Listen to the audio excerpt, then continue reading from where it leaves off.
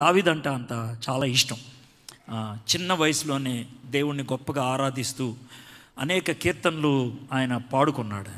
ఆయన వేరే వాళ్ళు రాసిన పాటలు పాడలేదు, ఆయనే రాసుకుని ఆయనే సంగీతాన్ని సమకూర్చుకొని ఆయన పాడుకుంటూ ఉండేవాడు. ఆయన పాడుతుంటే దెయ్యాలు కూడా పారిపోయాయి. అంత శక్తివంతుడు, అంత గొప్పవాడు. అయితే ఈ సమయంలో నేను ఆ గొప్ప దావీదు యొక్క నెగటివ్ సైడ్ మీకు చూపించాలనుకుంటున్నాను. నెగటివ్ సైడ్ అంటే తన జీవితంలో పతన స్థితిని చూపించదలుచుకున్నాను. దేవుడు చాలా మంచోడు. ఎందుకు మంచోడో తెలుసా?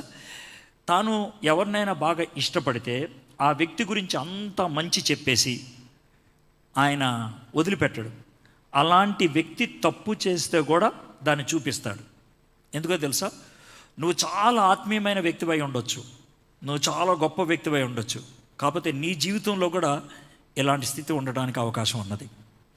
కాబట్టి మనము ఇలాంటి ఒక మంచి సంఘంలో ఉన్నప్పుడు, దేవుని వాక్యంలో బాగా ఎదుగుతున్నప్పుడు, ప్రార్థనలో బాగా స్థిరపడుతూ ఉన్నప్పుడు, ఆత్మీయంగా బాగా శక్తివంతులుగా ఉన్నప్పుడు గుర్తుపెట్టుకోండి, మన మీద సాతాను యొక్క దాడి ఉంటుంది.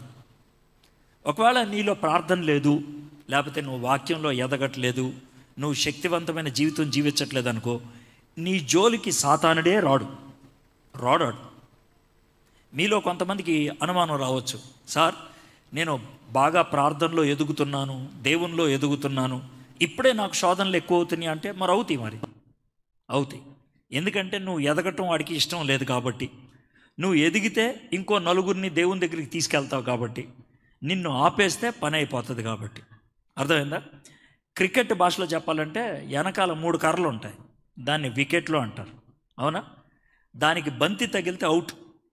ఒకవేళ ఎవడైనా వచ్చి నేను గొప్ప క్రికెట్ ప్లేయర్ని అవదలుచుకున్నాను కాబట్టి వెనకాల 3 కర్రలు ఉండకూడదంటే అన్నాను, ఏమంటారు?